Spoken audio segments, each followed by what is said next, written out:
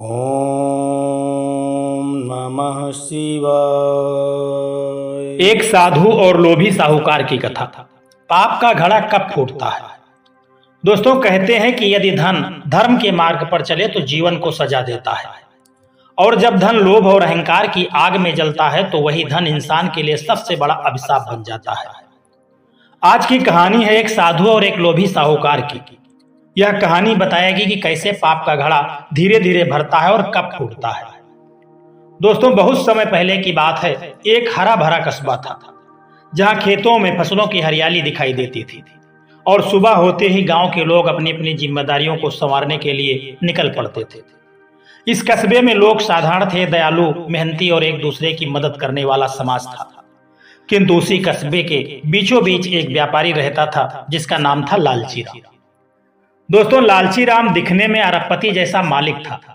चमकदार कपड़े, भारी अंगूठियां और भव्य घर। उसने अपनी मेहनत से भी दौलत कमाई थी, पर धीरे धीरे वह मेहनत से नहीं, छल कपट और दबंगाई से और अमीर बनता गया। वह गरीबों से ऊंचा ब्याज वसूल करता, अनुचित तरीके से ऋणों के कागजों पर हस्ताक्षर करा करके उनकी जायदादों को हड़प लेता था और मनमाने ढंग से कीमतें तय किया करता था। उसका आशियाना कस्बे की सबसे ऊंची इमारत थी, पर उसकी आत्मा के अंदर एक खालीपन था जिसे धन भी भर नहीं पाता था। दोस्तों, एक दिन गांव में एक साधु आ गया। साधु का नाम किसी ने नहीं पूछा, लोग उसे संत कह करके बुलाने लगे।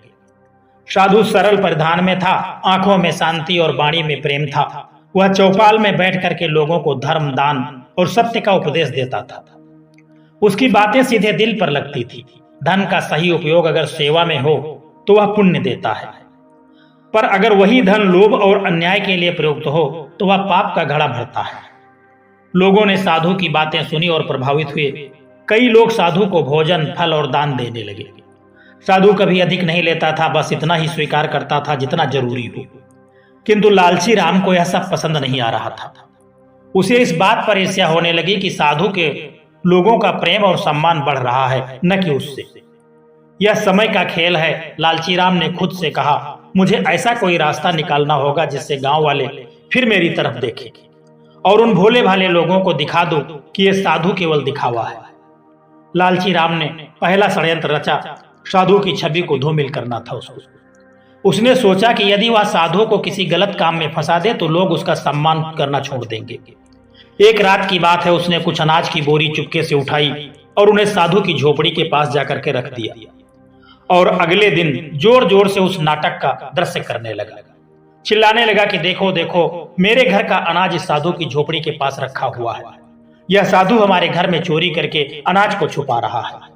गांव में हलचल मच गई। लोगों का गुस्सा साधु की ओर बढ़ने लगा।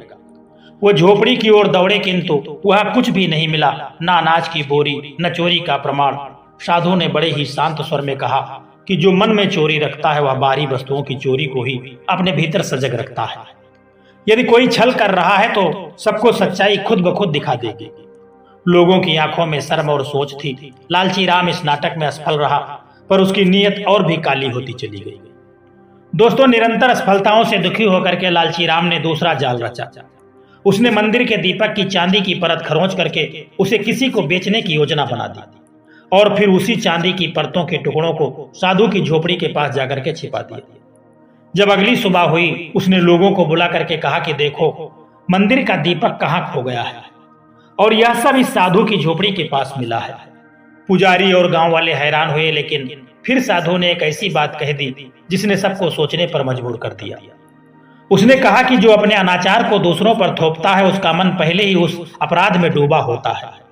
वस्तुस्थिति के प्रमाण बहुधा अपूर्ण होते हैं, पर सत्य का प्रकाश अनंत झूठ को उजागर कर देता है। लालची राम को फिर शर्मिंदगी महसूस हुई। इस बार भी उसकी चाल बेनकाब हो चुकी थी, किंतु वह हार मानने वालों में से नहीं था। धीरे धीरे उसका घमंड लौकिक नहीं, आत्मिक ऊंचाइयों के कारण नहीं, बल्कि भय और सुरक्षा से उपजा हुआ था। समय के साथ साथ लालची राम की हरकतें और बढ़ गई।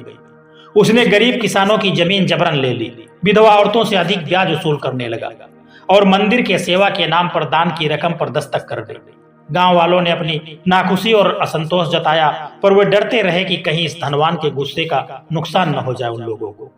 साधु ने कई बार सभाओं में कहा कि पाप का घड़ा धीरे धीरे बढ़ता है, हर एक गलत काम उसके ऊपर मिट्टी के धूल डालने का काम करता है और अंततोगत्वा जब यह पूरा भर जाता है तो वह फूटता है और सच्चाई समाज के सामने आ जाती है।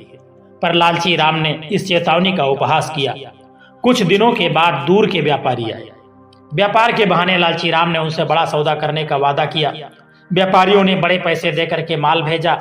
लालची राम ने शुरू में व्यापार का विश्वास जमा दिया, परंतु धन मिलते ही उसने सभी सामानों को छिपा दिया और पैसे अपनी तिजोरी में रख लिए। व्यापारी ठगे गए और वे न्याय के लिए राजा के दरबार में जाकर के पहुंच गए। राजा ने मामले की जांच करवाई, गवाहों की सुनवाई हुई। कई किसानों ने साहूकार की जुल्म की बातें बताई। मंदिर के पुजारी ने चोरी हुए दान की चिट्ठियां दिखाई और कुछ औरतों ने अपने अपने दुख बयान किए। सबूतों का ढेर लग गया और लालची राम का धोखाधड़ी का खेल उजागर हो चुका था। राजा ने फैसला सुनाया कि लालची राम की संपत्ति, उसकी दुकानें, घोड़े और अनाज सब रत्नों समेत जब्त कर लिया जाए और जो धन अनाधिकृत रूप से लिया गया था वह गांव के सार्वजनिक भंडार में वापस दे दिया जाए। लालची राम का नाम सार्वजनिक रूप से अस्वीकार कर दिया गया और उसे कस्बे से बाहर निकाल दिया गया था।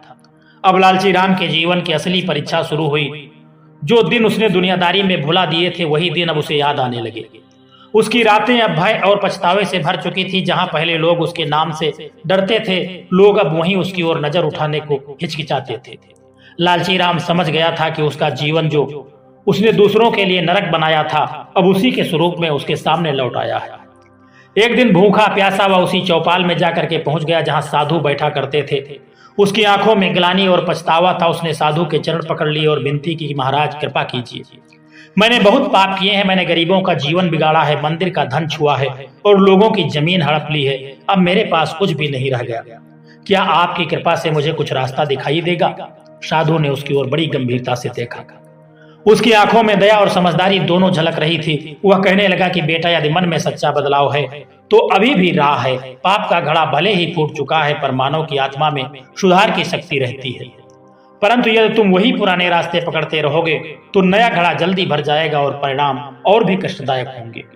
लालची राम ने साधु के निर्देशानुसार प्रायश्चित करने का ठान लिया। उसने अपनी बची हुई थोड़ी सी संपत्ति गांव के बीच बांट दी।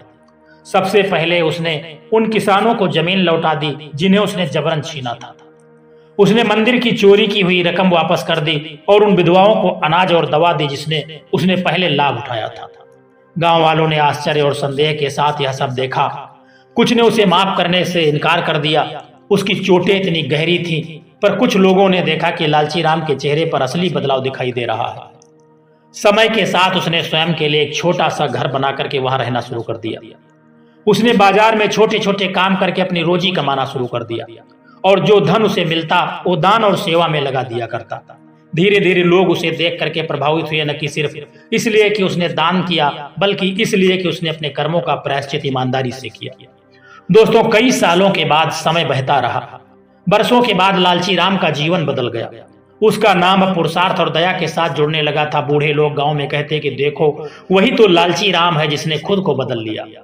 पर इन कहानियों के बीच एक सत्य अब भी लोगों के मन में था कि पाप का घड़ा जब फूटता है तो विनाश के बाद भी मनुष्य के पास एक मौका हमेशा होता है। यदि वह सच्चाई से परिवर्तन चाहता हो।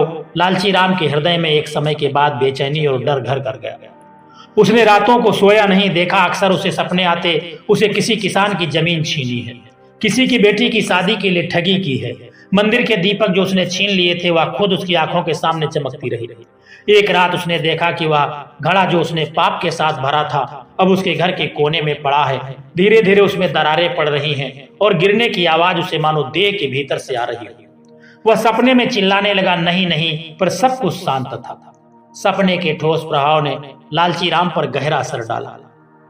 उसने महसूस किया कि अब सब केवल बाहरी परिणाम नहीं है बल्कि उसके अंदर की आवाज उसे सच बतला रही है। उसे अब समझ में आ चुका था कि उसने अपने कर्मों के साथ केवल दूसरों को नहीं स्वयं को भी दंडित किया है। गांव वालों की दृष्टि में यह भी परिवर्तन धीरे धीरे दिखाई देने लगा। पहले जहां लोग उससे डरते थे अब उसकी छवि बदलाव की ओर झुकने लगी थी। कुछ लोग उसके बदले हुए व्यवहार को देख करके उसे मानने लगे, किंतु कुछ ऐसे थे जिनकी चोटें इतनी गहरी थी कि वे कभी भी पुराने घावों को भूल नहीं पाए। यहाँ तक कि उसके परिवार पर भी इसका असर पड़ा। उसकी पत्नी जो पहले उसकी लोभ की साजिशों में एक भागीदार थी, वह भी धीरे धीरे बदल चुकी थी। उसके बेटे जो नगर में पढ़ाई करने के लिए गए हुए थे और अमीरी में डूब करके खुद को भूल चुके थे कि इंसानियत क्या होती है, उसने भी पिता के पतन और बदलते व्यवहार को देखा। एक दिन वह गांव आया और पिता को बिना किसी शर्म के गले लगा लिया। पिताजी, मुझे आपकी परेशानी का पता चल चुका है, मैं मदद करना चाहूंगा, उसने कहा। यह क्षण लालची राम के लिए आशा की किरण लेकर के आया था। गांव के न्यायालय में जैसे ही केस राजा के दरबार में पहुंचा, वहां का माहौल गंभीर हो चुका था। राजा ने आदेश दिया कि सभी गवाहों सामने आए। मंच पर पुरजोर गवाही पड़ी। किसान की धीमी आवाज में सच्चाई, औरतों के आंसुओं के भरे बयानों की घोर पीड़ा।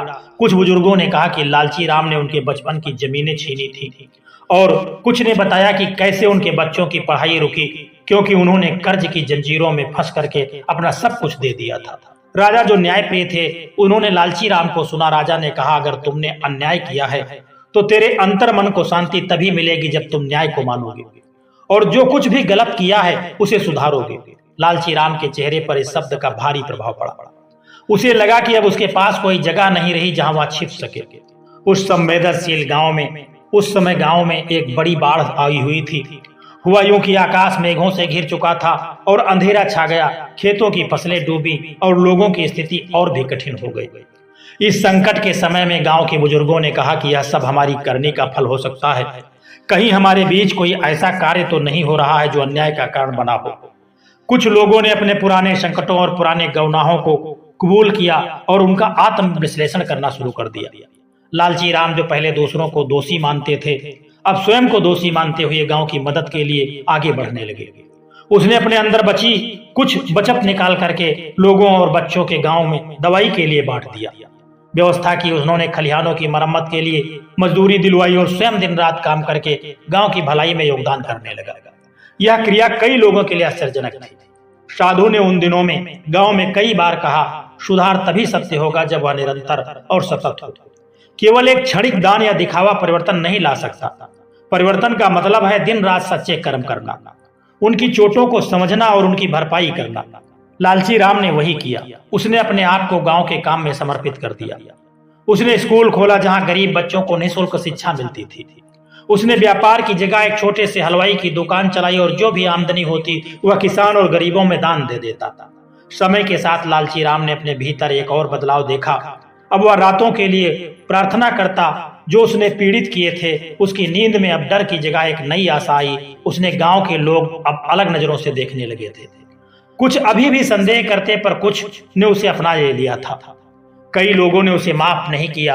उनकी ममर्सी चोटें इतनी गहरी थी कि उन्हें भुलाना आसान नहीं था। पर लोभी साहूकार की सही मनसा और प्रायश्चित की सत्यनिष्ठा ने कुछ लोगों के मन को क्रमशः बदल दिया। वह देखते कि अब लालची राम वही कर रहा है जो उसने कभी नहीं किया। वह सेवा कर रहा था बिना दिखावे के। एक दिन गांव में बच्चों ने मिलकर के साधु के लिए एक उत्सव का आयोजन किया। नन्हे हाथों से लगे मेहंदी, फूलों की माला और गीतों का समारोह। लालची राम ने चुपचाप देखा। फिर उसने उन बच्चों के लिए मिठाइयां बांटनी शुरू कर दी और दुकान से पुराने बैग खोल करके सबको उपहार दिया। बच्चों की खुशी और उनकी मासूमियत ने लालची राम को अंदर से हिला दिया। वह कांप उठा और उसने महसूस किया कि इससे बड़ी कोई परंपरा नहीं है जिसकी वजह से वह बच्चों के चेहरों पर मुस्कान ला जाए। बरसों के बाद लालची राम का जीवन शुद्धता की तरफ बढ़ा। वह साधु के साथ बैठ करके अक्सर चर्चा करता, कभी धर्म, कभी न्याय और कभी सेवा के बारे में। साधु से बार बार यही समझाते कि केवल अपने किए पश्चाताप न करो, बल्कि अपनी बाहों को खोल करके जो भी हो सके वह करो। यह प्रायश्चित का सबसे बड़ा रूप है। दोस्तों, इस कहानी में दो मुख्य बातें हैं। एक, पाप और अनाचार अंततः फलता है और दूसरा, मानव के पास सुधारने की क्षमता हमेशा बनी रहती है। यदि कोई सच्चे दिल से माफी मांगता है और अपने कर्मों को सुधार करता है तो समाज को भी उसे एक बार फिर अपनाना चाहिए, न कि सब कुछ भूल करके केवल दंड दिया जाए। दंड जरूरी है पर दया और सुधार की भी जितनी आवश्यकता है उतनी ही है। दोस्तों, यदि यह कहानी आपको अच्छी लगी हो तो कृपया हमारे चैनल आनंदमय जीवन को सब्सक्राइब करें, वीडियो को लाइक करें, शेयर करें तथा नीचे कमेंट में बताएं कि आप किस प्रकार की कहानियां सुनना पसंद करते हैं। दोस्तों, जय श्री कृष्णा, राधे राधे।